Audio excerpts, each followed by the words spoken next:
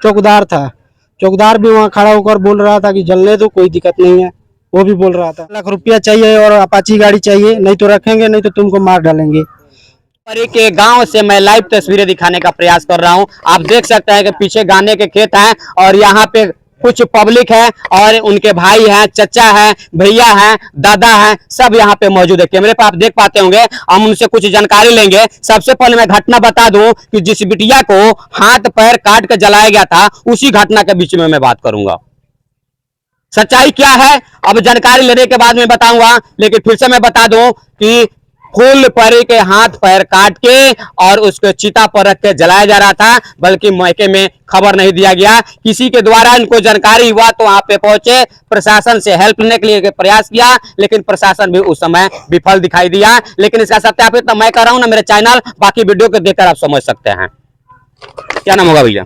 राजेश शर्मा। राजेश शर्मा जी, फूलपरी के बारे में जानते हैं? हाँ जानते हैं। क्या हुआ है? उसको मतलब मुंह में कपड़ा लगाकर वो लोग मार दिया। मरने के ये भी जांग और हाथ काट कर जला रहा था लोग। तो हम लोग को पता चला तो यहाँ से गए और उसके बाद में वहाँ पे चौकीदार था और वो भी जला रहा था उसको। अच्छा, चौकीदार वहां पे खड़ा होकर जलवा रहा था? हाँ जला रहा था। वो लाश को हम लोग को इधर उतारने नहीं दे रहा था, बोल रहा था कि थोड़ा जल जाने दो इसको। अच्छा, जल जाने दो। या सच्चाई है ये कि किसी भी बिटिया या बहू को किसी ने काट सकता है? तो ये तो सच्चाई ना है, आप फोटो भी देख सकते हैं। के बड़े भाई हैं, कैमरे पे आप देख सकते हैं, और इनका दुख दर्द बहुत ज्यादा है। इस दुख दर्द को मैं बांट नहीं सकता हूं, लेकिन उस दर्द में शामिल होने के लिए मैं पहुंचा हूं। कैमरे के माध्यम से मैं आपको दिखाने का प्रयास करूंगा कि फूलपरी का भाई और यहाँ पे माँ है और यहाँ पे गांव वाले दिख रहे हैं। मैं यही इससे पूछूंगा कि आखिरी में एक सवाल बनता है यहाँ पे, बहुत बड़ा सवाल, कि शादी से पहले कुछ मालूम हुआ था कि नहीं, क्योंकि अभी शादी का साल भी नहीं लगा। 11/3/2023 को शादी हुआ है और सितंबर में उनका हत्या ही हो जाता है। कारण क्या है? सबसे पहले अपना नाम बताइए। हमारा नाम श्याम कुमार शर्मा है। अच्छा श्याम जी, ये बताइए कि आपकी बहन के साथ में क्या हुआ? बहन के साथ में ये हुआ कि हम लोग तीसरे महीने में शादी किए उसका, ठीक 1 महीना तक तो मतलब कोई मतलब सुनवाई नहीं था, झगड़ा उगड़ा कुछ नहीं। उसके बाद दूसरे तीसरे महीने से उसको मारने लगा लो, पीटने लगा लो। उसके बाद वो बोल रहा है लो कि हमको इतना 5 लाख रुपया चाहिए और अपाची गाड़ी चाहिए, नहीं तो रखेंगे, नहीं तो तुमको मार डालेंगे। अच्छा एक बात बताइए, शादी आपका भी हुआ होगा? हो गया ना? दहेज कई बार मिलता है? दहेज 1 बार मिलता है ना, 1 बार मिलता है ना? जो मिल गया वो हो गया।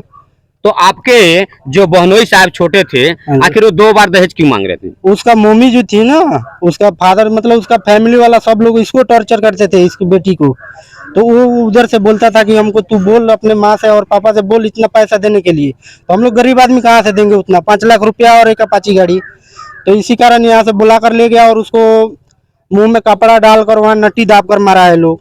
और उसके घर में हम लोग जब गए थे दिन उतारने उसके घर में, तो उसका जो छत है ना, जो चादर या टीना का होता है, वो हमारे सिर पे टच कर रहा था। तो उसमें फंसरी लगाकर कैसे मर जाएगी? तो क्या किया लो, बचने के लिए उसके ओढ़नी जो होता है ना, उसको उसके चार में बांध दिया लो। सबसे बड़ी यहाँ पे खुलासा हो रहा है कि फांसी लगाना, अगर लड़की फांसी खुद की लगाई है तो घर वाले को जानकारी क्यों नहीं दिया गया कि उसका लाश को जला दिया गया है? सबसे बड़ी खुलासा यहाँ पे है, और ये खुलासा बहुत कुछ खोज कर लाएगा, क्योंकि ये खबर अब खोजी खबर हो गया। क्योंकि जब लड़की फांसी लगाई थी तो फिर उसके टांगे कैसे काटा गया? अब जब टांग नहीं काटा गया, हाथ नहीं तोड़ा गया, तो फिर उसके बैंके वाले को जानकारी क्यों नहीं दिया गया? उसके भाई को क्यों नहीं बुलाया गया? उसके गांव वाले को क्यों नहीं बुलाया गया? और कम से कम उसके गांव में तो 100 आदमी होंगे ना, उसमें 10 क्यों नहीं वहां पे पहुंचे? सब फरार क्यों थे जब इनके परिवार वाले पहुंचे? ये जांच का विषय बन रहा है और सबसे बड़ा खुलासा है। आगे क्या हुआ? आगे ये हुआ जब उसको मतलब मार दिया लोग ना, और उसके मुंह में कपड़ा डालकर मारा था लोग की आवाज ना निकले, उसके नटी दाब कर वहाँ मार दिया लोग। उसके बाद मतलब उसका पैर दोनों यहाँ से कटिंग किया था लोग, जांग पर से दोनों पैर काट दिया लोग और हाथ काटा है लोग। उसको जलाने का कोशिश किया, तब तक मतलब दोपहर 1 बजे के आसपास में पता चला इनको, मतलब महसूस हुआ कि रोज सुबह हम बात करते हैं, आज क्यों नहीं फोन आ रहा है, ना फोन जा रहा है। तो ये लोग मतलब गए तो वहाँ पे तो देखे कि द्वार पे जो बांस होता है वो सब काट कर रखा था। काटने के बाद क्या हुआ कि इन लोगों का शक हुआ कि मार दिया है। लोग गाँव वालों से पूछा तो कोई नहीं बता रहा था। कोई नहीं बता रहा था कि यहाँ पे कोई ये कांड हुआ है। तो मेरी माँ को पता चला, उधर देखा जंगल में तो धुआं निकला, तो ये लोग गए वहाँ पे, तो आधा लाश मतलब हाथ पैर तो जल गया था, जो यहाँ से पूरा शरीर बचा हुआ था वो भी जला हुआ है। तो चीते से ये लोग हटाया, हटाने के बाद वहाँ पे एक ये जो क्या बोलते हैं चौकीदार था, चौकीदार भी वहाँ खड़ा होकर बोल रहा था कि जलने दो, कोई दिक्कत नहीं है, वो भी बोल रहा था। एक प्रशासन का अंग चौकीदार होता है और चौकीदार बताता है कि जलने दो। हाँ ये भी हम सुने तो बता रहे हैं ना, कोई बताया हमको, तो ये भी जल रहा था। तो वहां से मतलब फिर कॉल किया लोग गांव में, तो यहाँ से बहुत लोग गए, तो वहां से लाश उठाकर रोड जाम की, तब 4 घंटा बाद प्रशासन पहुंचा।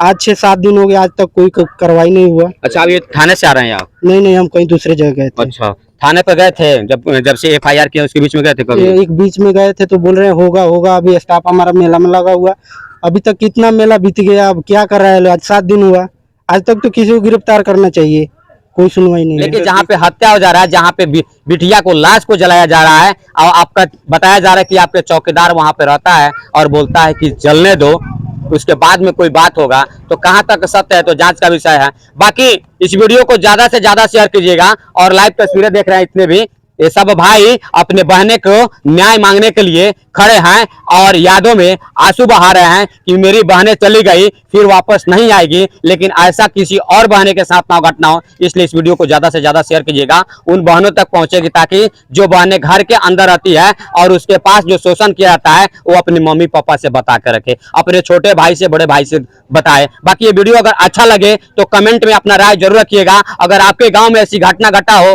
तो कमेंट बॉक्स में जरूर लिखिएगा, हम वहां पहुंचने का प्रयास करेंगे। बाकी ये वीडियो कैसा लगा फिर से मैं बोलूंगा, कमेंट कीजिएगा और ज्यादा से ज्यादा शेयर कीजिएगा, क्योंकि आपके भी घर में एक बहन होगी, एक बहन को बचाने के लिए, एक बहन को न्याय दिलाने के लिए। अभी के लिए मैं पंडित जितेंद्र कुमार, आप देख रहे हैं पी भारती। जय हिंद।